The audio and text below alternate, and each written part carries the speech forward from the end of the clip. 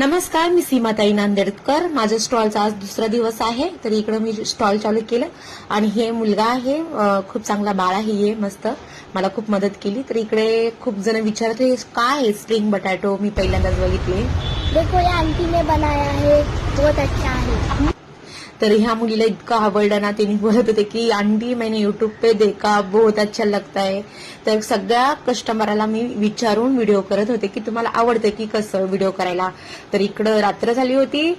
तर ऋतिकेशनं आशिष दिव्याला घेऊन आला होता का की आशिष दिव्याला खूप आवडते स्प्रिंग बटाटो आणि ऋतिकेशने मला पार्सलसाठी थैल्या पण आणून दिल्या होत्या. तर आता स्टॉल बंद करायची वेळ झाली. तर नवरा बोलले की सगळं पॅकिंग करून ठेव. तर मी व्यवस्थित सगळे पॅकिंग करून ठेवले का की उद्याच्याला त्रास होणे म्हणून बराबर ठेवून टाकले, बराबर जिथल्या तिथं. तर त्यांनी आले होते मला घ्यायला. तर रात्रीचे बघा 9 वाजले.